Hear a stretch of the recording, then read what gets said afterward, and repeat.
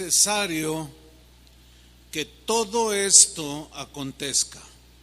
De eso vamos a hablar en esta tarde. Y vamos a tomar Mateo 24, versículo 6.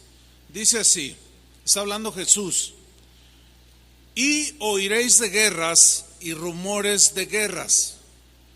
Mirad que no os turbéis, porque es necesario que todo esto acontezca, pero aún no es el fin.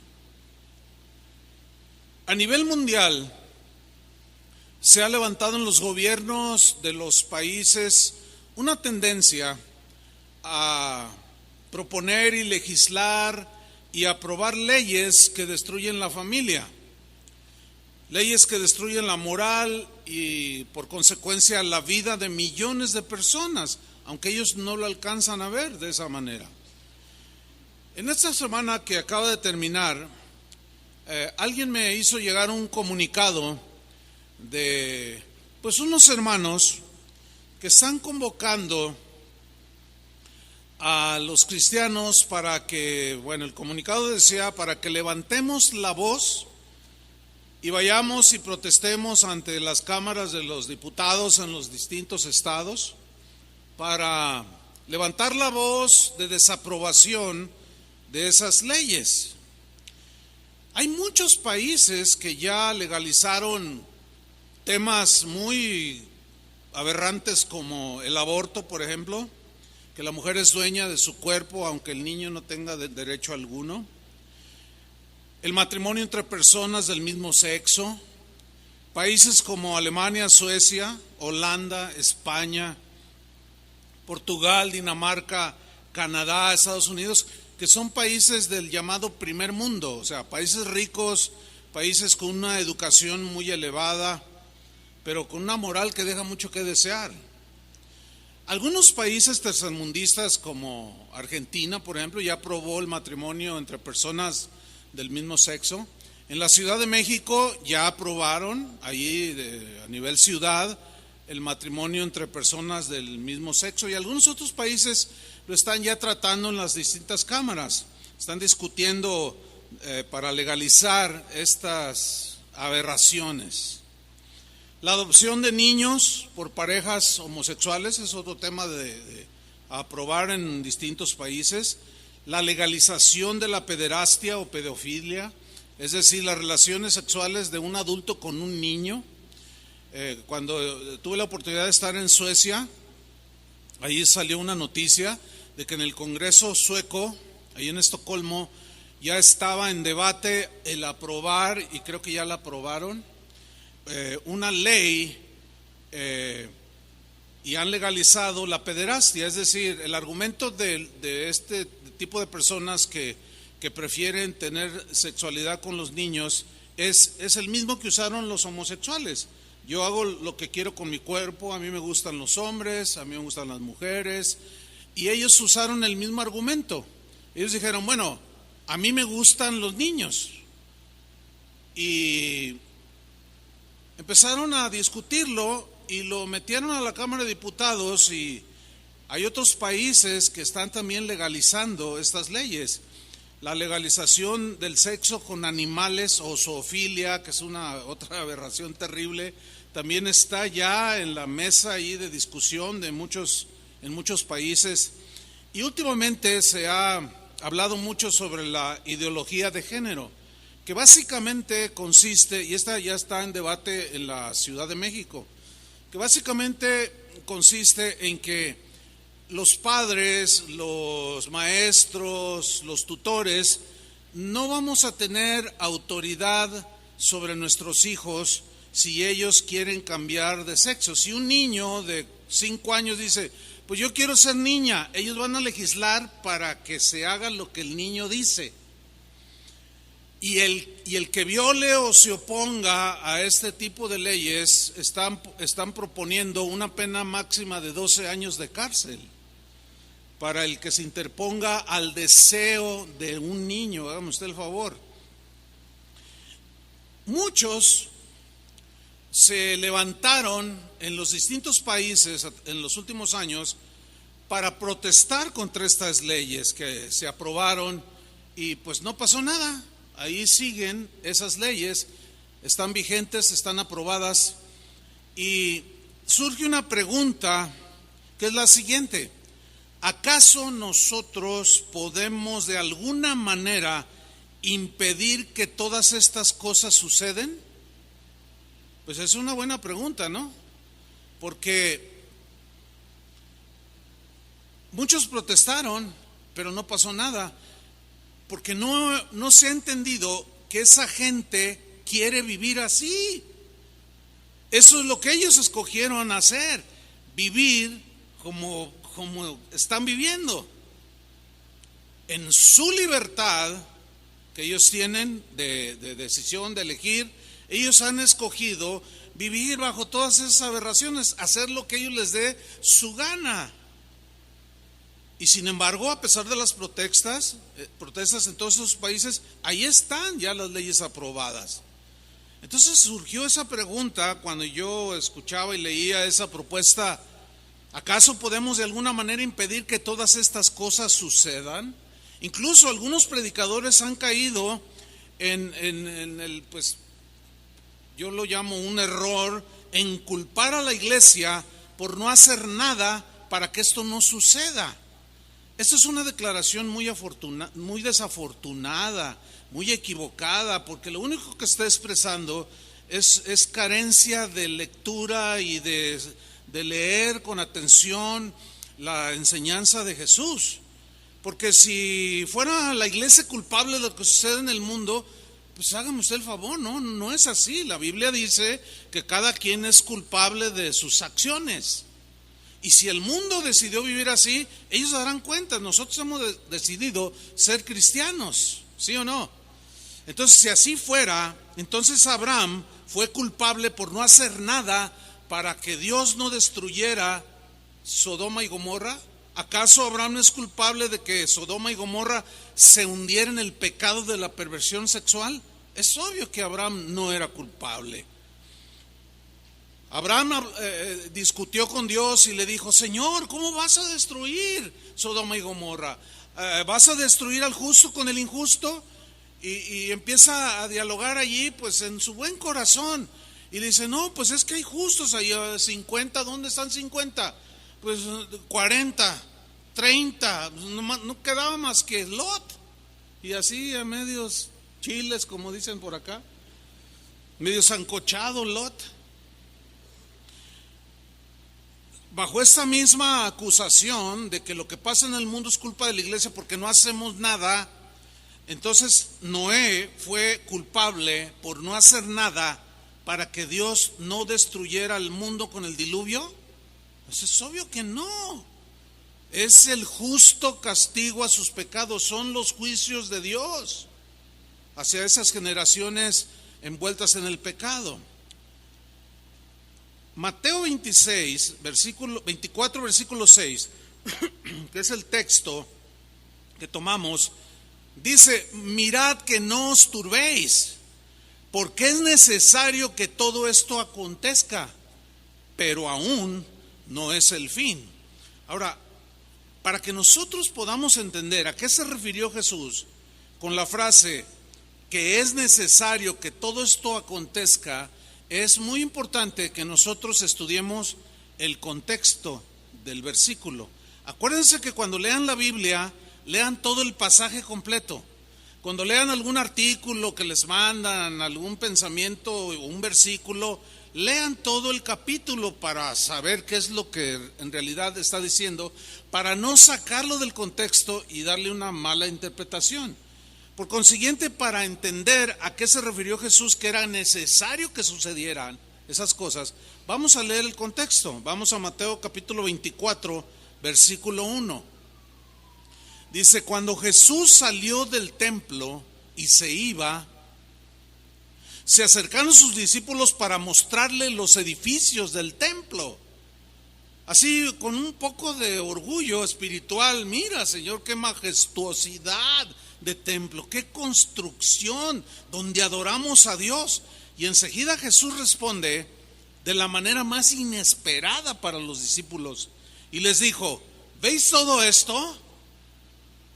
De cierto os digo que no quedará aquí piedra sobre piedra que no sea derribada. Lo que está haciendo Jesús aquí es profetizar que ese templo que produció orgullo en los discípulos y en toda la gente en Israel iba a ser destruida. Pasaron 37 años. El general Tito, comandante del ejército romano, en el año 70 de nuestra era, sitió la ciudad de Jerusalén.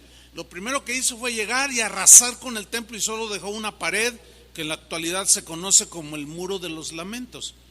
Es decir, que lo que Jesús dijo se cumplió delante de los ojos de todos los discípulos y de los cristianos de aquel tiempo y de la gente no cristiana. Si eso se cumplió, lo que sigue a continuación se tiene que cumplir. Versículo 3. Y estando él sentado en el monte de los olivos, los discípulos se le acercaron aparte, porque estaban todos pues turbados de cómo eso que les había dicho que el templo iba a ser derribado, los turbó, los confundió, y los discípulos se le acercaron aparte diciendo: dinos, Señor, dinos, ¿cuándo serán estas cosas? ¿Y qué señal habrá de tu venida y del fin del siglo? El fin del siglo se refiere al fin del mundo. ¿Cuándo será? ¿Qué señales habrá? Ellos estaban intrigados. Y Jesús les responde la pregunta. Les dijo, en primera instancia les da una primera advertencia. Les dice: mirad que nadie os engañe. Tengan mucho cuidado que nadie los engañe.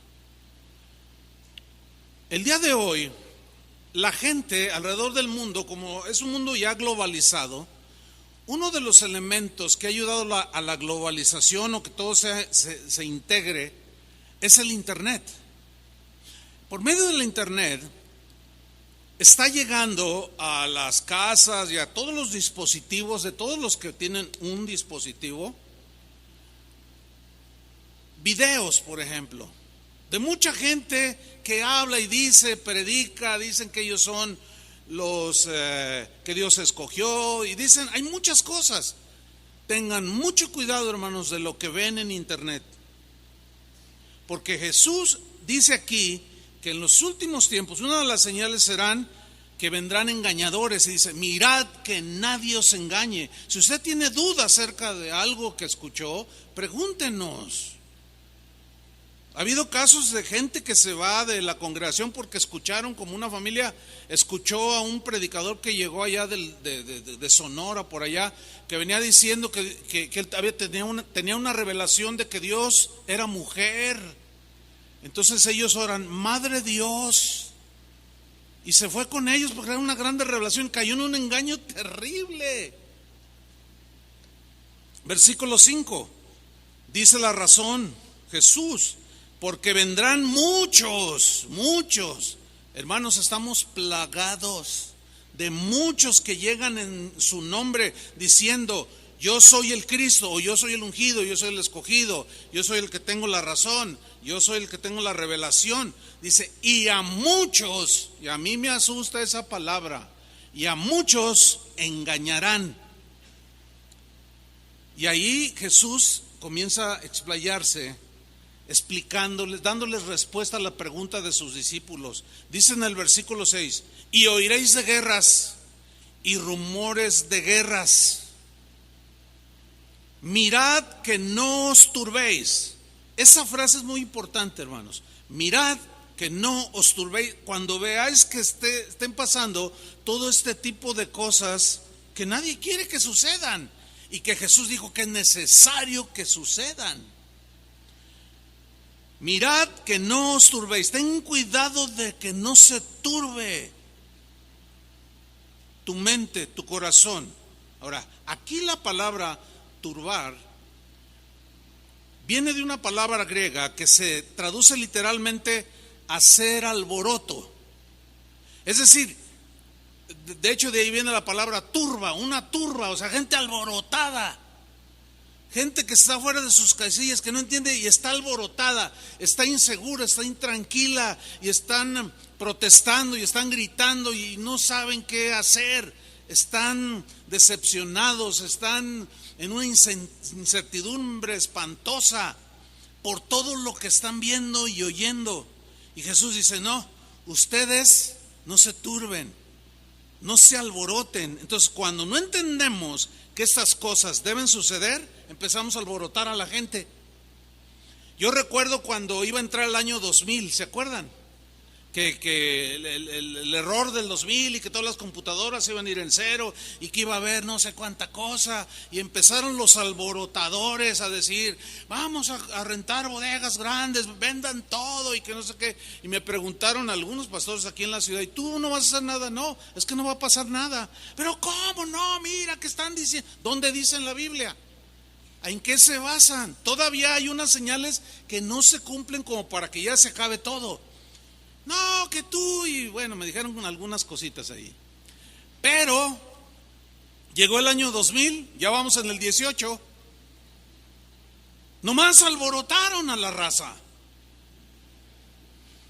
Y todo lo que acumularon ahí, bueno, pues lo tuvieron que regalar o vender. Pero ninguno fue honesto para decir: me equivoqué. Nos equivocamos. Ninguno. Entonces Jesús dice: cuando vean esto, miren que no se turben, o sea, que su corazón no se alborote, porque cuando una persona está alborotada es porque perdió la paz. Ustedes no pierdan la paz, porque acuérdense que estamos en las manos del Señor. Pero sigamos leyendo. Mirad que no os turbéis.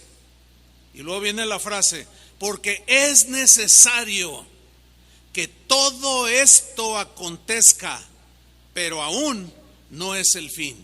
Porque es necesario, dijo Jesús.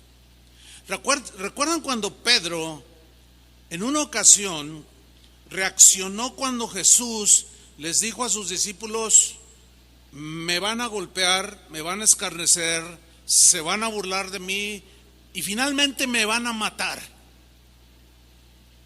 Y los discípulos reaccionan y Pedro lo toma aparte y le dice: no, Señor, en ninguna manera te acontezca esto, le dice. Y Jesús también reacciona y le dice: quítate delante de mí, Satanás, porque no pones tu mira en las cosas de Dios, sino en las de los hombres. Es necesario que yo muera. Era necesario que Jesús muriera en esa cruz para nosotros tener salvación, un regalo de Dios que se obtiene por medio de la fe. Entonces el buen corazón de Pedro se alborotó cuando escuchó, porque amaba a Jesús, y se alborotó su corazón porque oyó que Jesús estaba profetizando su muerte. Y en ese alboroto perdió la ubicación, perdió el piso y reaccionó mal. ¿Qué es lo que pienso yo que están reaccionando algunos hermanos? Cuando dicen: no, en el Congreso, allá los diputados federales están ya con una propuesta de legalizar estas leyes. Y ¡ah! Luego pierden la paz y empiezan a alborotar a todo el mundo. Cuando la Biblia es clara, Jesús dijo que estas cosas tienen que suceder. Aunque Jesús dice: no es el fin. Dice el versículo 7: porque se levantará nación contra nación y reino contra reino, y habrá pestes y hambres y terremotos en diferentes lugares, y todo esto será principio de dolores. Pues eso al corazón que no está bien firme en Cristo lo turba, lo alborota, lo asusta. Esto será principio de dolores. Pero luego Jesús va más allá. Síganme con mucha atención. Versículo 9. Entonces dice: os entregarán a tribulación. ¿A quién entregarán a tribulación? A los cristianos. Porque les está hablando a sus discípulos. Le están preguntando que qué señales habrá, cómo serán las cosas. Jesús les responde todas las calamidades que vendrán sobre este mundo pervertido. Y como nosotros, aunque estamos en el mundo, no somos del mundo, pero el hecho de ser humanos nos afecta el entorno. como simples humanos, porque las decisiones que se tomen los políticos en los países nos afectan sí o sí, pero va a provocar tribulación en nuestros corazones, o sea, sufrimiento. Pero Jesús fue más allá, dice, y os matarán. Eso ya está fuerte, ¿no? ¿Por qué? ¿Por qué entraremos en aflicción? ¿Por qué aún llegarán a matarnos? Hay pastores que ya han sido metidos en la cárcel en algunos países que yo mencioné por decir cosas desde el púlpito, porque ya está prohibido decir algo en contra de la ideología de géneros, en contra de todas esas leyes que están aprobando los distintos congresos. Os matarán, dice, y seréis aborrecidos de todas las gentes por causa de mi nombre. El nombre de Jesús implica toda su doctrina. Sígame con atención. La gente que no tiene a Dios, la gente del mundo, así la Biblia la menciona, la gente que es llevada por sus pasiones y deseos, esa gente tiene sus propios pensamientos, sus propias conductas, que son evidentemente muy distintas a las nuestras. Eso va a provocar un choque entre los que seguimos a Jesús y los que no lo siguen. Porque en el momento en que cualquiera de nosotros diga yo no estoy de acuerdo con el matrimonio entre personas del mismo sexo, te van a tachar que eres un homofóbico, que eres un retrógrada, que eres un retrasado mental, que eres un medieval, que eres un bizarro, que eres de todo. Todo el mundo se va a burlar de ti, no va a faltar el acelerado, el agresivo, que te golpee, que te calumnie, que te diga cosas, y aún meterán a la cárcel, y aún algunos asesinarán, solamente porque no creemos como ellos creen. La libertad de expresión se va a morir por causa de su nombre. Pero luego Jesús dice en el versículo 10, muchos, y me sigue asustando esa palabra muchos tropezarán entonces. ¿Qué quiso decir Jesús con muchos tropezarán entonces? Lo que Jesús está diciendo es que al ver lo difícil que resultará ser cristiano en medio de un mundo pervertido, corrupto, lujurioso y loco, muchos se van a echar para atrás. Muchos le van a dar la espalda a Jesús. ¿Por qué? Porque van a tener miedo. Y a lo mejor alguien le va a decir a alguno, no, tú eres de los que ibas allí a Colón y ahí, ¿cómo se llama esta calle? Se me fue. Ahí donde era un cine y el que no esté sólido para enfrentar, va a decir cosas como, bueno, mira, la verdad yo sí llegué a ir unas veces, es que cantaban bien bonito, me gustaba, pero la verdad, ese Chuy Olivares era un retrógrada. No, y el Chuy García cantaba bonito, pero y el Julio, no, el Toñito con sus anuncios, nah. Entonces van a decir un montón de cosas en contra de nosotros, porque su forma de vivir con la forma de vivir de los cristianos no hay parecido alguno, y muchos van a tropezar. Espero que no haya ni uno de esos que tropiezan en este lugar. Y si tú te sientes débil en la fe para enfrentar esto, agárrate bien del Señor, porque estas cosas es necesario que sucedan. Sigo leyendo versículo 10. Muchos tropezarán entonces y se entregarán unos a otros, y unos a otros se aborrecerán, y muchos falsos profetas se levantarán. Cuando hablamos de profetas, no solo se refiere dentro de la iglesia, También son falsos profetas los que guían a la gente del mundo hacia filosofías y hacia sistemas de pensamiento y de vida. También esos son falsos profetas, porque no es la vida correcta, no es la vida que le agrada a Dios. Y dice que vendrán muchos falsos profetas y engañarán a muchos. En el versículo 12, Jesús dice algo tremendo. Y por haberse multiplicado la maldad, el amor de muchos se enfriará. Vamos a estudiar esas dos afirmaciones de Jesús. Número uno, Él habló de que una de las señales del fin será la multiplicación, el aumento, el crecimiento agigantado de la maldad. Bueno, ese término implica mucho más cuando estudiamos la etimología de la palabra, que se traduce por maldad. La palabra anomia es la palabra que se traduce en las Biblias como maldad, pero esa palabra tiene un concepto más amplio. La palabra anomia en el griego está formada por dos vocablos. Uno es a es sin, y nomos es ley, es una yuxtapuesta, entonces significa sin ley, así en sentido estricto. Por haberse multiplicado, se entiende, la gente sin ley, porque Jesús dijo que del corazón salen todos los malos pensamientos, la maldad, los adulterios, los robos, el homicidio, las traiciones. Entonces, la maldad está en los hombres, en los seres humanos, en el corazón de los seres humanos.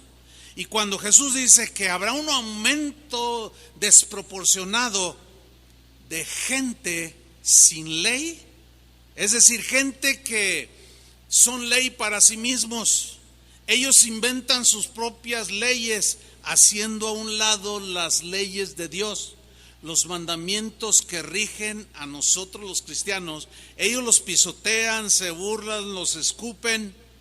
Bueno, esa palabra anomia tiene la idea de anarquía, porque una persona que no respeta ley alguna, hace lo que quiere, no se sujeta a ninguna ley y se vuelve un anárquico. La anarquía es ausencia de todo, es ausencia de autoridad, es ausencia de gobierno, es ausencia de moral. Eso es el significado de anarquía, es ausencia de todo. Esto va a propiciar que el mundo entre en un caos. ¿Por qué en un caos? Por la anarquía que hay en las mentes de las personas que viven en este mundo, y al rechazar la ley de Dios y al inventar sus propias leyes. Oiga, ¿qué clase de leyes son las que permiten asesinar un bebé y luego esos mismos legisladores hacen leyes para que no se extingan las ballenas? ¿Qué es más importante? ¿Qué es más valioso? Para ellos las ballenas. Le dan más cárcel a alguien que patea a un perro que a un esposo que golpea a la esposa. Tú dices, ¿cómo está el mundo? Está todo al revés. Lo que Jesús pues está diciendo aquí es que la gente de los últimos tiempos será gente sin leyes que los gobiernen, anárquicos. Vivirán en anarquía total, y debido a esa maldad, esa anarquía, ellos vomitarán toda la maldad que hay en sus corazones. Por eso es que están ventilando leyes para que una mujer que no quiera ni hombre ni mujer se case con un perro y tenga relaciones sexuales con un animal. Sin palabras. Y eso la Biblia lo cataloga como todo lo que están tratando, lo cataloga como abominación delante de Dios.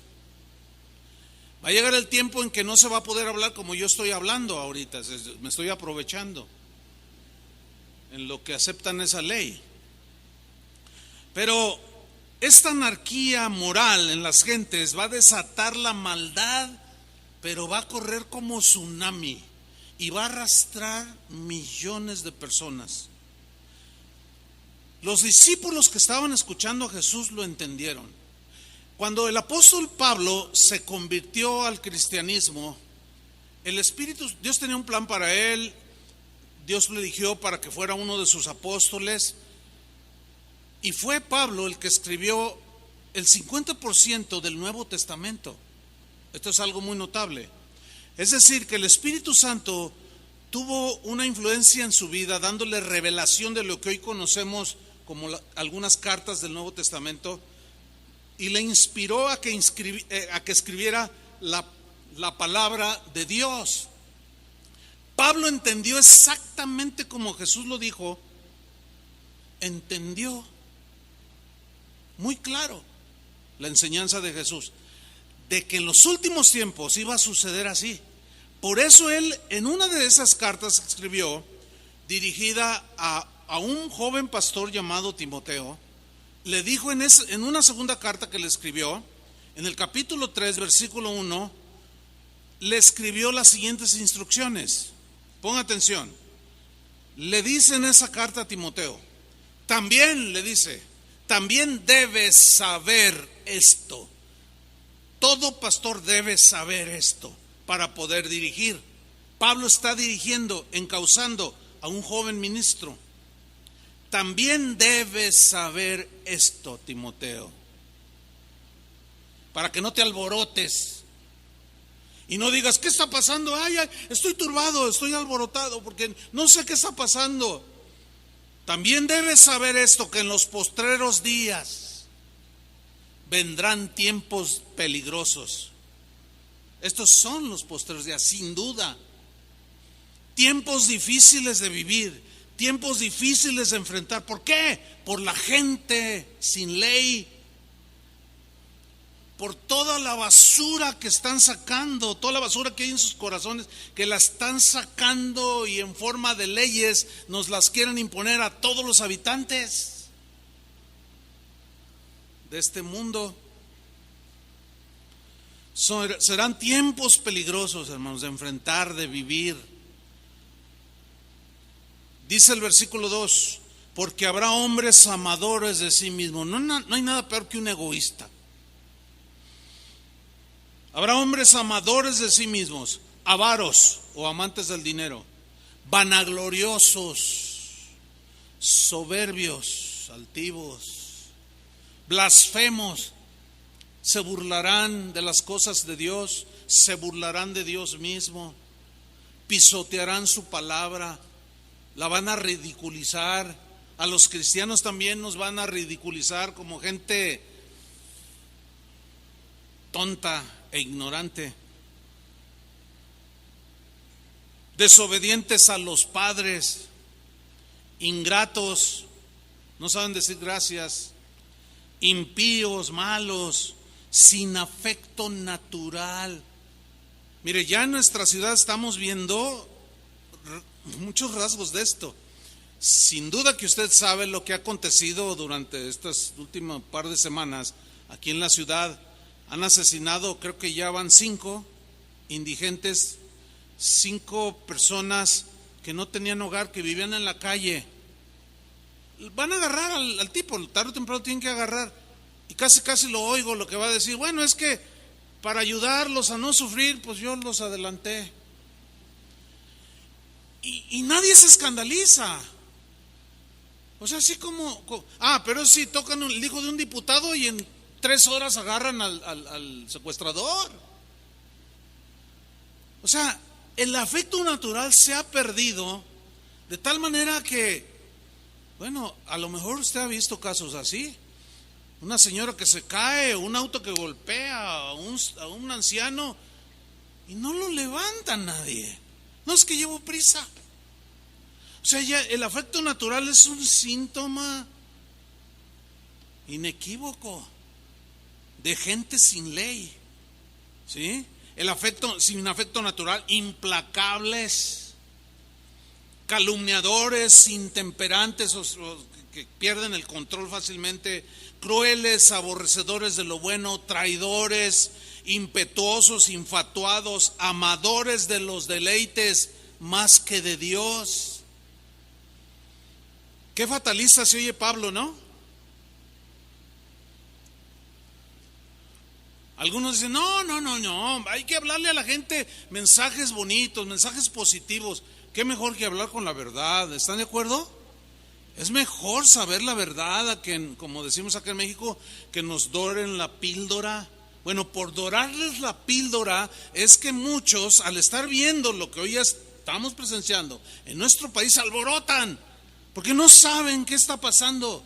Y en lugar de ir a la Biblia, agarren sus pancartas, se pongan una inscripción, no al aborto, no a la ideología de género, no a esto, y vayan y griten y digan que no estamos de acuerdo. ¿Será esa la manera en que nosotros debemos enfrentar? Yo les pregunto.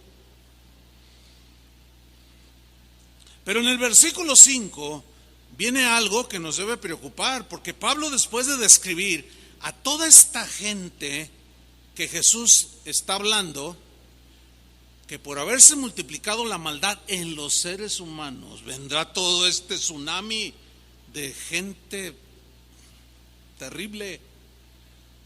Dice el versículo 5 que algunos se disfrazarán como que aman a Dios, se introducirán entre nosotros, porque dice que tendrán apariencia de piedad.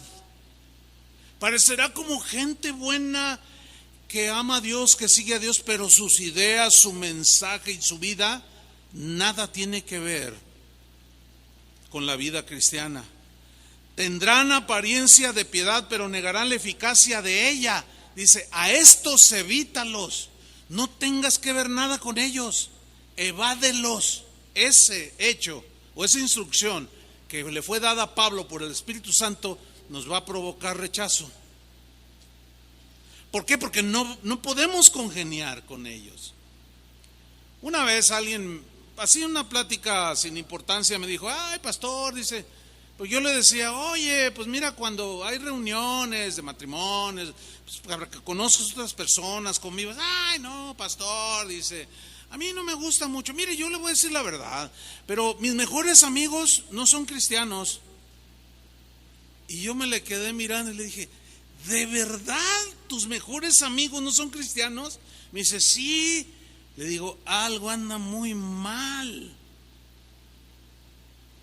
¿Por qué estás tan compaginado con ellos y llegas a decir que los que no son de Dios son tus mejores amigos? ¿No será que estás haciendo exactamente lo mismo?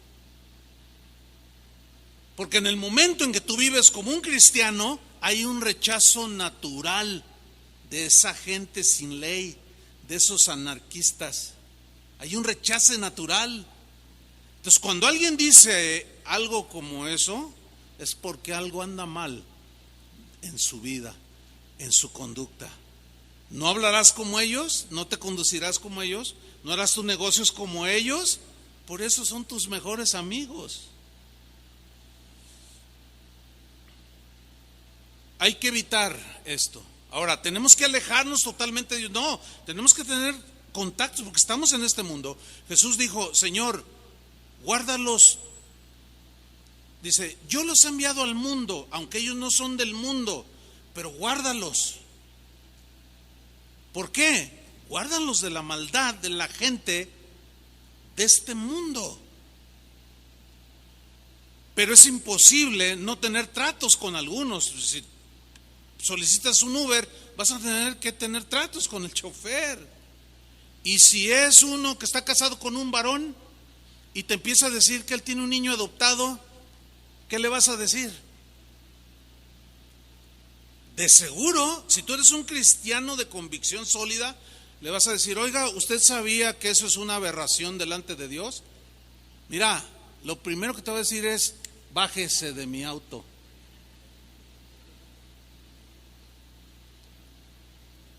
Y allí es donde se generan los problemas. En el versículo 10 le dice: pero tú has seguido mi doctrina, conducta, propósito, fe, longanimidad, amor, paciencia, persecuciones, padecimientos, como los que me sobrevinieron en Antioquía, en Iconio, en Listra, persecuciones que he sufrido, o sea, por causa del Evangelio y por causa de Jesús. Y de todos me ha librado el Señor. Hasta ese momento él tenía vida.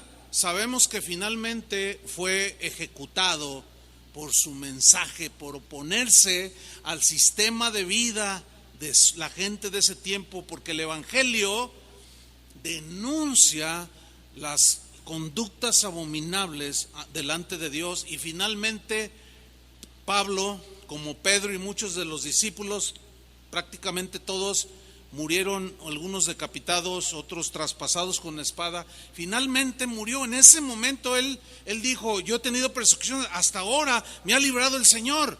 Pero llegó un día en que Pablo era insoportable para la gente anárquica, sin ley de este mundo, y el emperador romano ordenó ejecutarlo. Y luego en el versículo 12 dice: y también todos los que quieren vivir piadosamente en Cristo Jesús. ¿Cuántos quieren vivir piadosamente? ¿Qué significa vivir piadosamente? Obedeciendo su palabra, no moldeándonos a los pensamientos ni a las conductas de este mundo. Eso va a causar muchos problemas, hermanos. Cuando mis hijos estaban pequeños, cuando se celebraba, por ejemplo, el Día de Muertos, todas esas cosas, ustedes saben, esas celebraciones, yo iba y hablaba con la directora del kinder o de la primaria, y yo le decía al Señor: dame sabiduría para saber cómo decírselo, de que no voy a atraer a mis hijos a esa celebración, porque no creemos en eso, en la invocación de muertos, todo ese asunto, ¿no? No hay tiempo para explicar ahorita. Y mi esposa y yo íbamos y hablábamos y nos miraban así como si fuéramos bichos raros.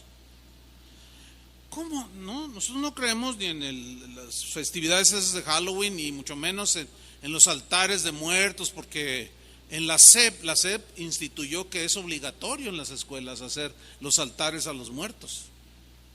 Entonces los maestros que son cristianos tienen problemas porque, y bueno, algunos suelen enfermarse. Bueno, de alguna manera evadieron. Y total enfrentábamos eso, pero nos miraban con ojos así como de... Entonces le digo: bueno, mire, si usted le da permiso de faltar o no los traemos, pero pierden puntos, no le hace.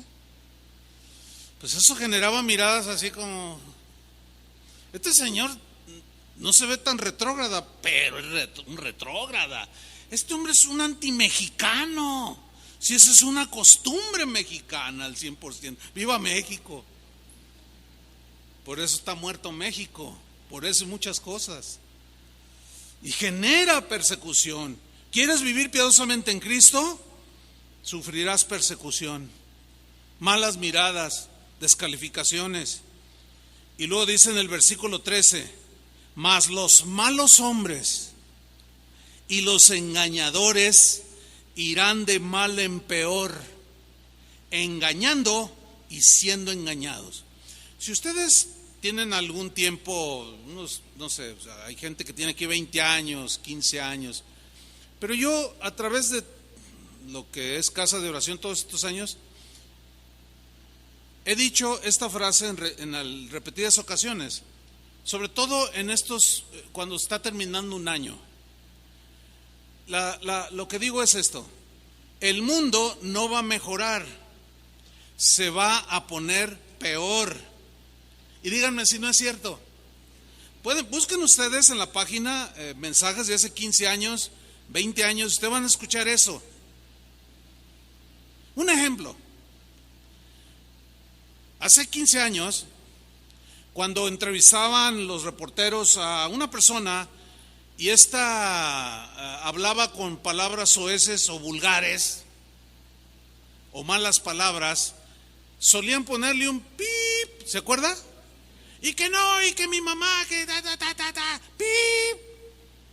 para evitar que los oyentes escucharan semejantes obscenidades. Pues hoy ya quitaron el pip. ¿Ya se dio cuenta? Cuando ven los noticieros, tal como es. Los presentadores, los mismos periodistas hablando como carretoneros. Yo sé que si alguno de ellos oye lo que estoy diciendo, dice: este tipo es un retrógrado, este tipo, ¿en qué mundo vive? Sí, yo sé que se genera ese conflicto. ¿Y qué vamos a hacer? Eso es una vergüenza que gente educada, mira, no tienes que hablar esas palabras ofensivas para expresarte, ¿verdad que no? Y gente muy educada que ha ido a Harvard, periodistas que son de Harvard, hablando como carretoneros, con un lenguaje y el pip ya se acabó. Y hoy sacan todo crudo. En 1992 fui a España. Fue la primera vez que pisé ese país. Y íbamos a ver un partido de fútbol, el Real Madrid, donde jugaba en ese tiempo Hugo Sánchez. Pues vamos a verlo. Yo estaba con unos hermanos allí en Madrid. Entonces la esposa de él me dice: oye, dice, nada más que fíjate que aquí en el medio tiempo pasan comerciales. Le dije: no, en México también. Y se rieron, se miraron y se rieron. No, pero aquí son diferentes. Pero no me dijo. Dice: nada más ten cuidado con los comerciales. Yo dije: pues, ¿qué anunciarán? ¿Que el pozole es malo para el estómago? ¿Qué dirán de los comerciales? Se terminó el primer tiempo, porque lo aprendimos cuando ya había empezado. Termina el primer tiempo y en eso anuncian un jabón y sale una mujer anunciando el jabón, literalmente, totalmente desnuda, de frente, bañándose. Y dice, yo estaba distraído, dice: pastor, pastor, pastor, pastor. Me dice yo: ¿qué? Pastor, pastor. Y veo allí, en 1992. Bueno, a cualquier país europeo que usted vaya es común. Dice: eso apenas acaba de entrar aquí a Europa. Al rato aquí en México se va a dar igual.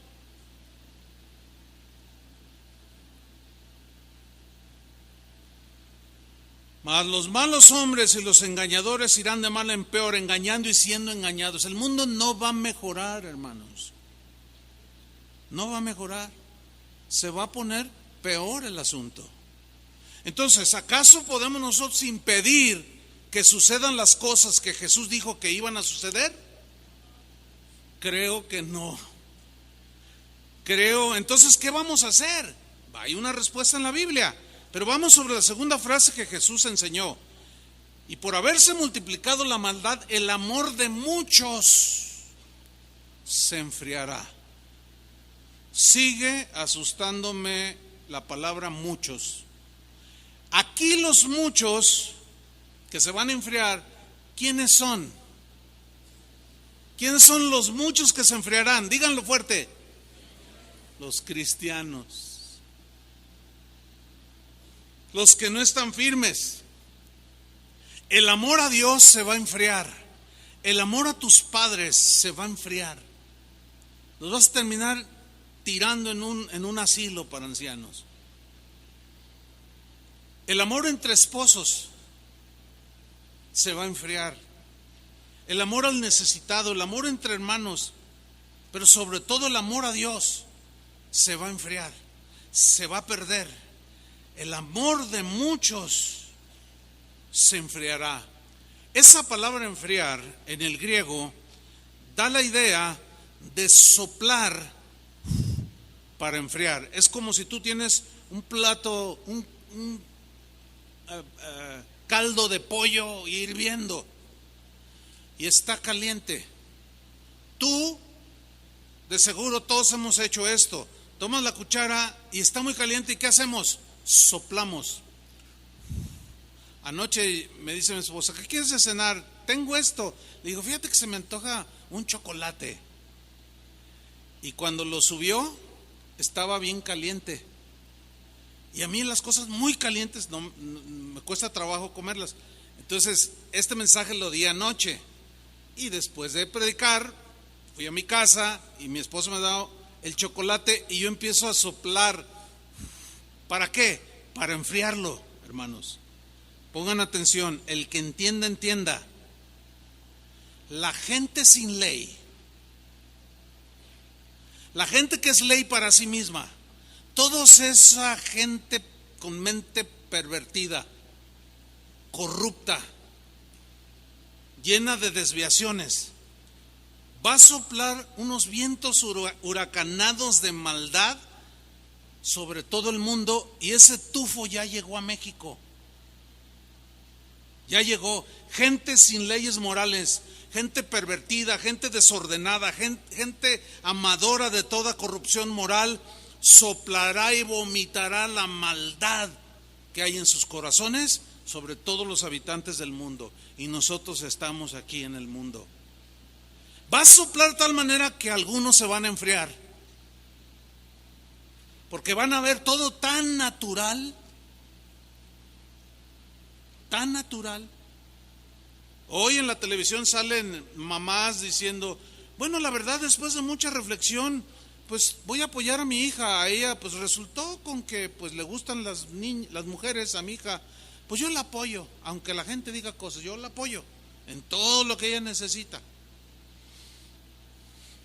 Esa señora ya quedó frita, ¿sí?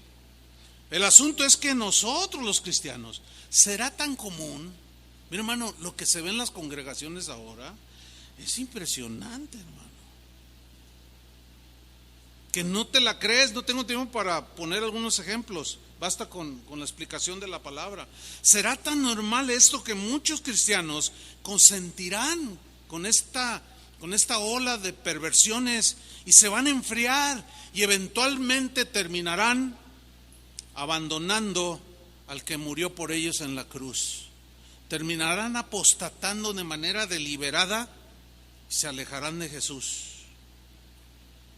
La pregunta entonces, ¿acaso podemos impedir que se cumpla lo que Jesús dijo que era necesario que sucediera? Pues no, Pablo lo entendió, los discípulos lo entendieron, Pablo lo explicó, Pedro también trata el tema, los demás evangelistas tratan el asunto del final de los tiempos, cómo será la gente. ¿Acaso no podemos entenderlo nosotros? Tenemos que entenderlo. ¿Qué tenemos que hacer para no alborotarnos? ¿Acaso con pancartas vamos a ir allí al Palacio de Gobierno aquí en la Plaza de Armas a protestar que estamos en contra del matrimonio entre personas del mismo sexo y a gritar y uno que otro que se acelera y a tirar jitomatazos? Y si se cruza por ahí uno y que te reta y te dice, no, ustedes son, ¿y qué? ¿Vas a perder el dominio y te vas a agarrar a trompadas con aquel hombre que ama a otro hombre? ¿Será esa la manera? Pues claro que no. ¿Qué debemos hacer? Jesús en el mismo discurso de Mateo 24 dijo qué es lo que tenemos que hacer. Vamos allá, versículo 13. Mas el que persevere hasta el fin, aquí la palabra clave es perseverar.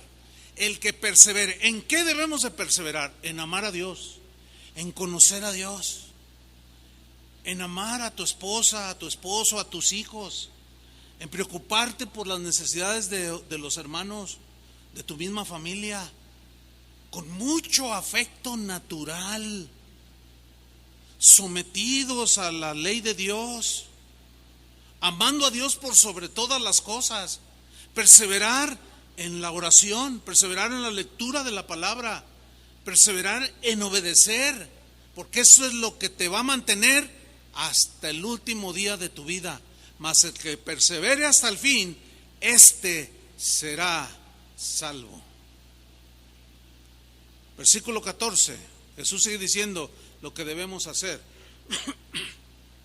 Uno es perseverar y el otro es predicar el evangelio.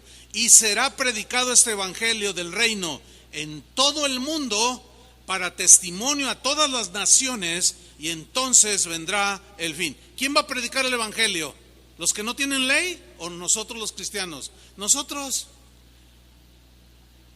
Pero por predicar el evangelio, que son las leyes del reino de Dios, vamos a tener conflictos, vamos a tener confrontaciones con los sin ley, con esos.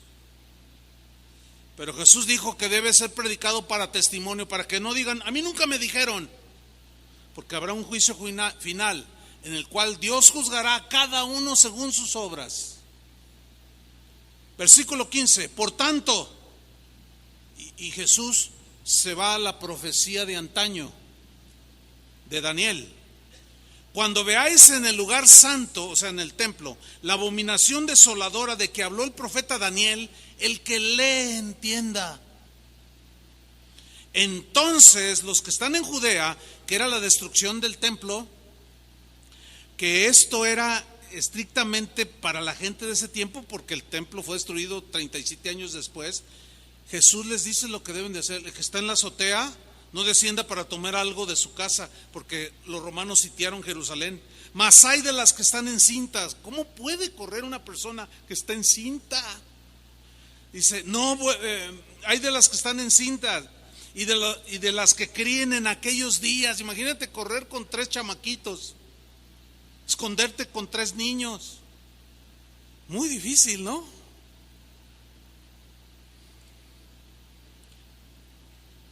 Dice en el versículo 20, orad. Esa es otra instrucción de Jesús, orad, para que vuestra huida no sea en invierno ni en día de reposo, porque habrá entonces, y luego Jesús vuelve al fin de los tiempos, porque habrá entonces gran tribulación, la cual no ha habido desde el principio del mundo hasta ahora. O sea, aquí ya está hablando de los tiempos finales, que son estos. Ni la habrá, dice Jesús. Y si aquellos días no fuesen acortados, nadie sería salvo, porque sería tal la maldad de la gente que terminaríamos desfalleciendo. Dice, si aquellos días no fuesen acortados, nadie sería salvo, mas por causa de los escogidos, o sea, los que hemos creído en Cristo, aquellos días serán acortados. Si nos vamos al versículo 35, Jesús está terminando su discurso y dice, el cielo y la tierra pasarán, pero mis palabras, o sea, lo que está diciendo, no pasarán, se cumplirán. ¿Podemos entonces acaso nosotros levantar la voz para que no se aprueben las leyes aberrantes que los políticos están aprobando en los distintos países? No podemos hacer nada, porque esa es la vida que ellos han decidido vivir, y el hecho que nosotros la rechacemos nos va a producir conflicto y aflicción. Pero del día y la hora nadie sabe, ni aun los ángeles de los cielos, sino solo mi Padre. Mas como en los días de Noé, así será la venida del Hijo del Hombre. Porque como en los días antes del diluvio, estaban comiendo y bebiendo, casándose y dando en casamiento, hasta el día en que Noé entró en el arca, y no entendieron hasta que vino el diluvio y se los llevó a todos. Así será también la venida del Hijo del Hombre. Bien, aquí hay un par de cosas que quiero mencionar rápidamente. ¿Cómo era la gente del mundo en los días de Noé? Exactamente como lo estamos viendo ahora que son. Dice aquí que Jesús dice, porque como en los días de Noé la gente estaban comiendo. Bueno, comer es algo natural. El asunto es que la frase estaban comiendo en el griego tiene una idea de mordisquear las cosas lentamente, así como disfrutando, lo cual es una metáfora de pasar mucho tiempo en los placeres del mundo, porque el comer es un placer, ¿sí o no? Es un placer comer. Cuando hay algo que te gusta mucho, lo comes y hasta no te lo quieres acabar o pides otro, es un placer. Entonces aquí metafóricamente, cuando Jesús dice, como en los días de Noé, la gente estaba comiendo. En realidad está diciendo, la gente pasaba todo el tiempo, mucho de su tiempo en los placeres de la carne. Dice, estaban bebiendo. La idea de beber aquí la idea es esta, miren. Habla de una embriaguez literal. O sea, se la pasaban en fiesta, emborrachándose, tomando. Esa era su razón de vivir. Y no me diga que la gente de hoy no vive nada más para divertirse. El negocio número uno en todo el mundo es la industria del entretenimiento. Ese es el negocio número uno. La gente trabajan para divertirse, gastar, comprar, viajar, etcétera, etcétera. En los placeres, dándole gusto a la carne. Entonces, aquí estaban bebiendo, tienen la idea de embriagarse de manera literal, pero tiene un sentido metafórico en el griego, que es beber de toda clase de perversiones. Porque si usted analiza Génesis, no tenemos tiempo, capítulo 6 dice que la gente de ese tiempo vio Dios que los hombres en su corazón de continuo era el mal y la maldad estaba en ellos, y Dios se arrepintió de haberlos creado y dijo: Dios, los voy a borrar de la tierra. Y fue como advirtió a Noé. Esos eran los tiempos de Noé. Por eso trajo juicio de diluvio, para acabar con toda esa gente pervertida. Las escrituras, hermanos, nos dicen cómo reaccionará la gente cuando vengan los juicios de Dios a esta tierra. Porque sin duda Dios, el Apocalipsis sobre todo, les voy a citar 3 versículos, los voy a leer rápido. Uno está en Apocalipsis 9:20. Vienen los juicios de Dios, las copas de la ira de Dios, que son juicios que muy probablemente muchos de nosotros nos tocará vivir, presenciar. Y dice así al respecto: y los otros hombres que no fueron muertos con estas plagas, ni aún así se arrepintieron de las obras de sus manos, ni dejaron de adorar a los demonios, ni a las imágenes de oro, de plata, de bronce, de piedra y de madera, las cuales no pueden ver, ni oír, ni andar. O sea, idolatría. Versículo 21, y no se arrepintieron de sus homicidios, ni de sus hechicerías, ni de su fornicación o inmoralidad sexual, ni de sus hurtos. No se arrepintieron a pesar del juicio. O sea, están tan endurecidos, tan en rebeldía contra Dios, que vendrán los juicios de Dios y se ensoberbecerán más. En el capítulo 16 de Apocalipsis, versículo 10, el quinto ángel derramó su copa sobre el trono de la bestia, y su reino se cubrió de tinieblas, y mordían de dolor sus lenguas, y blasfemaron contra el Dios del cielo por sus dolores y por sus úlceras, y no se arrepintieron de sus obras. El mismo capítulo 16, versículo 21, y cayó del cielo sobre los hombres un enorme granizo como el peso de un talento, y los hombres blasfemaron contra Dios por la plaga del granizo, porque su plaga fue sobremanera grande.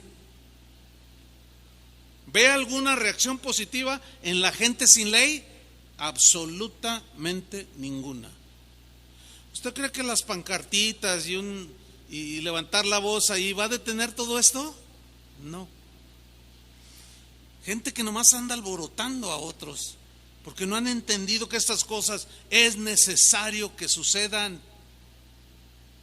Quisiera decirles otra cosa, pero les estaría mintiendo. Entonces Jesús dice: estaban comiendo y bebiendo, casándose y dándose en casamiento, hasta el día en que Noé entró en el arca. Versículo 38 de Mateo 24. Hasta el día en que Noé entró en el arca. Dice la Biblia que Noé tardó 120 años en construir el arca. ¿Por qué? Porque era una empresa enorme. Pero además él era un pregonero de justicia, dice el apóstol Pedro en su carta. O sea, predicaba y trabajaba preparándose. Y en Hebreos dice que por la fe Noé preparó el arca. Eso es lo que tenemos que hacer, hermanos, nosotros. Prepararnos para el final. Preparar cómo enfrentar a todos esos personas corrompidas, todas esas personas pervertidas. Tenemos que saber cómo enfrentarlas, y para eso Dios puso a los pastores.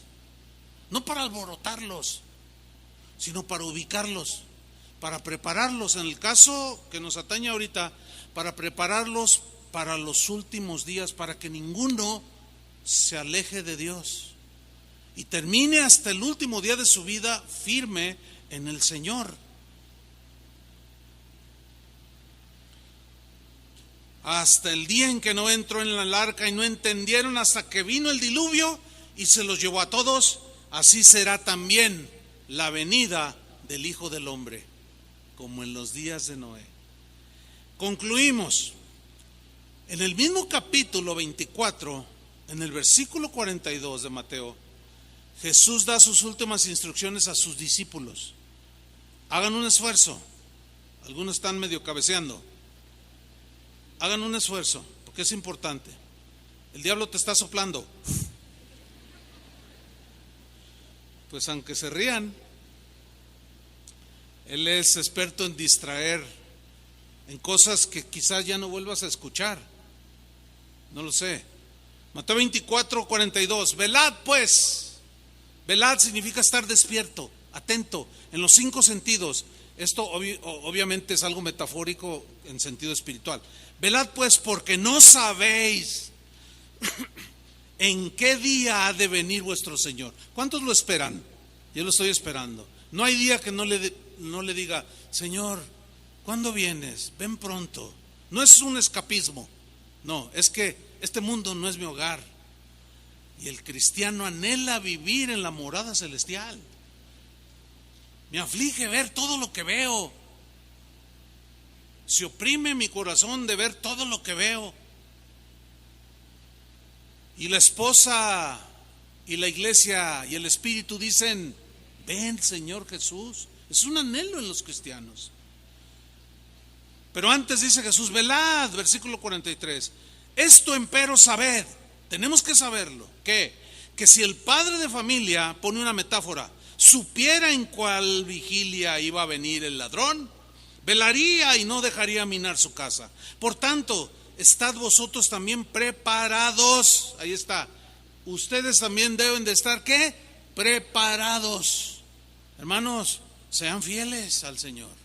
Sean fieles en tomar sus enseñanzas, sus cursos de matrimonio, sus pláticas, su escuela bíblica. Aprendan del Señor, amen a Dios, sean piadosos, obedezcan a Dios. Porque tenemos que estar preparados, porque un día va a venir. Y si no estamos preparados, nos va a arrastrar el tsunami de maldad de toda esa gente perversa que está gobernando el mundo. Velad, estad vosotros también preparados, porque a la hora que no pensáis, el Hijo del Hombre vendrá. ¿Quién pues es el siervo fiel y prudente, a quien su Señor ha puesto sobre su familia, para darles el alimento a su tiempo? Bienaventurado aquel siervo o aquel cristiano a quien su Señor, cuando viniere, le hallare haciendo así. Estar en las cosas de Dios. Andad como hijos de la luz. Andad como hijos de Dios, perseverando cada día, cada día. De cierto os digo, 47, que le pondrá sobre todos sus bienes. Mas si aquel siervo malo dijera en su corazón: mi Señor tarda, y comenzare a pegar a sus consiervos, a ser violento como la gente que no conoce a Dios, que son violentos física y verbalmente, comenzare a pegar a sus siervos y a comer y a beber con los borrachos, con sus mejores amigos, vendrá el Señor de aquel siervo en el día que no espera y a la hora que no sabe, y le azotará con la mayor severidad. O sea, el justo castigo de sus acciones. y le señalará su parte con los hipócritas. Allí será el lloro y el crujir de dientes. Entiéndase, infierno. Uy, qué fea palabra, infierno. Esta palabra ya ni se pronuncia en el 80% de las iglesias. Una vez un cantante, no hace mucho, dijo: yo en mis letras de alabanza ya no hablo de la sangre de Cristo, dijo. Porque vivimos en un país sangriento. Todos los días hay ejecutados, todos los días hay gente que la encuentran tirada en la calle, sin cabeza, decapitados, torturados. Vivimos en un país sangriento y luego vienen a la iglesia y oyen de la sangre de Cristo, dice. ¿Qué? A este ya le sopló el mismo diablo. Lo enfrió de tal manera que ya quitó de su vocabulario lo único que puede borrar nuestros pecados: la sangre de Cristo.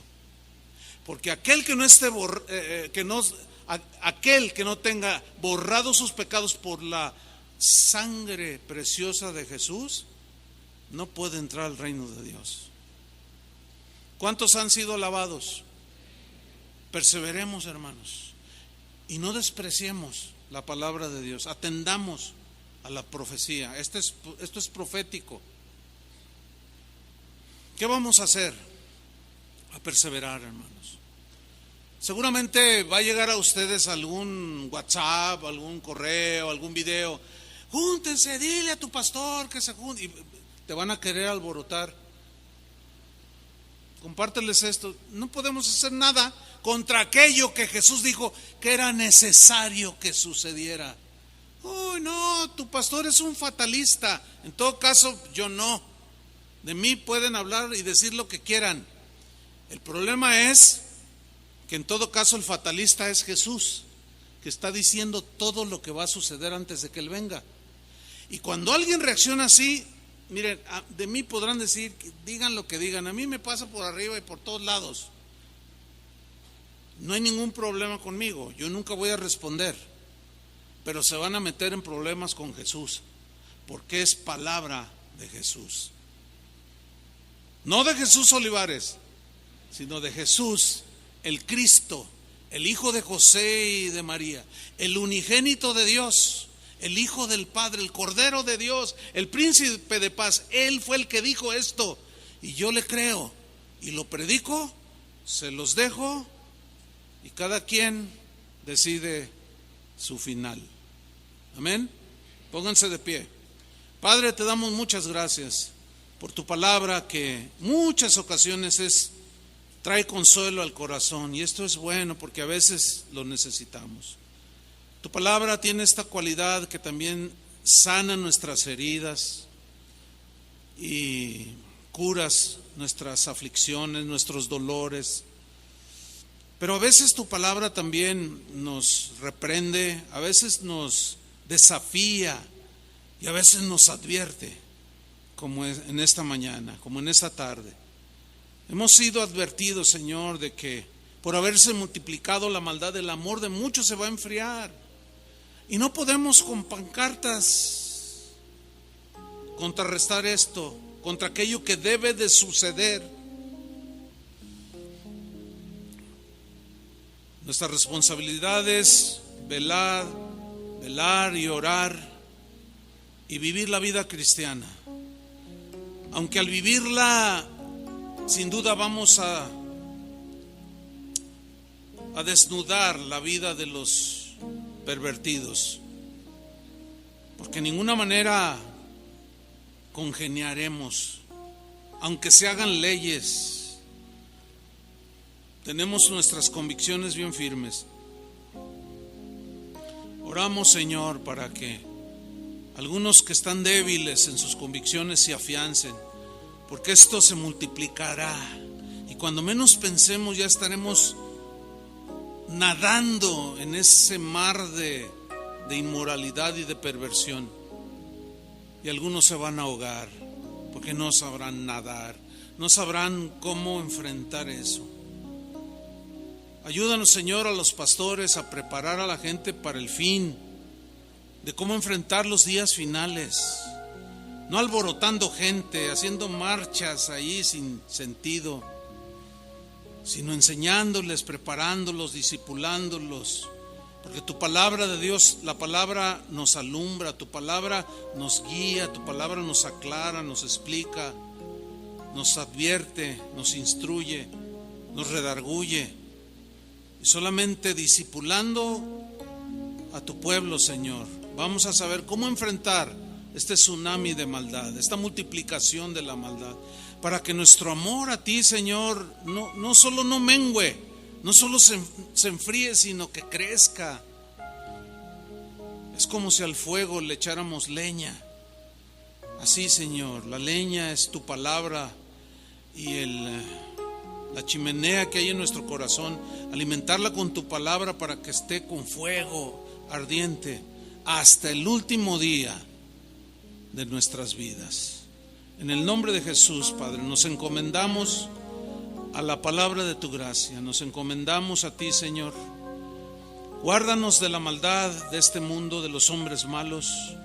Sabemos que nuestra lucha no es propiamente contra ellos, sino contra las huestes espirituales, contra los demonios que llenan las mentes con pensamientos pervertidos. Esa es nuestra verdadera lucha, es espiritual, no es contra carne y sangre.